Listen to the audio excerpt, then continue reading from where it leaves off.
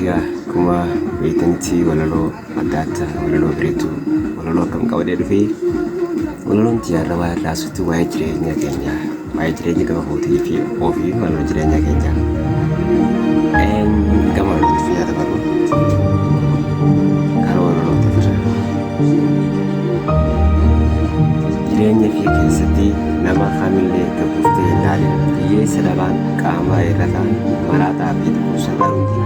ilma namaa kabajaan isaa maluudhaaf ati nama cimmaa tokko ta'uu dandeessaa garuu yeroon si caalaa jabinaa akka dhabuu hin taafatiin ati kun boru eessa akka jirtu beektu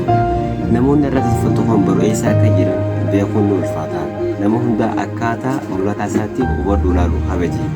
yerootu yeroo fidee boru maaltu akka ta'u hin beekamu namni maal naan jaa osoo hin taane aan maali namaan jedhaa irratti xiyyeeffatu wantoota namni itti madaalame guddaa yeroo jajjabinaatii fi haala mijataa keessa jiru akkasumaan bakka inni irra dhaabbatu miti yeroo rakkoo fi haalli mijataan hin jirallee bakka irra dhaabbatu malee barbaadamaa ta'uudhaaf barbaachisummaan kee baramuu qabaati.